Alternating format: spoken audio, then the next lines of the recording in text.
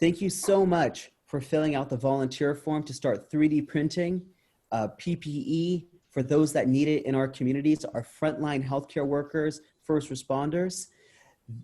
We are printing specifically to the needs of our community, taking directions from the Office of Emergency Services, and we're gonna get you the best designs we can possibly get, modifying them, getting them to you as they roll out.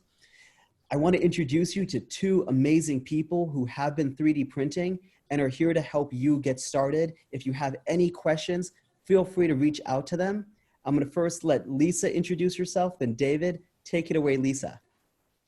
Hi, I'm Lisa Camp. I'm located in Merced, California. I'm a teacher at Weaver Middle School. I teach technology, and I can answer any questions you have or find somebody who can help you.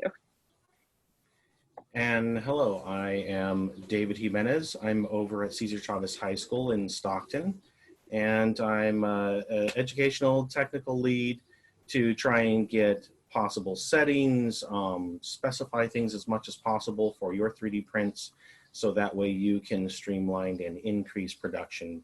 And if you have any additional problems on settings and how to fix things, I am there to help you out. Thank you, Lisa. Thank you, David. Your leadership and initiative to get people printing is phenomenal. For you who just signed up, thank you so much for joining the cause. Our goal is to get to 10,000 face shield prints and manufacture ear guards for those that need it. That's the need identified at this time. If the need changes, you'll be updated. We're gonna do this, and we're gonna fight COVID-19 with our printers in our homes, and you are gonna make the difference. Thank you.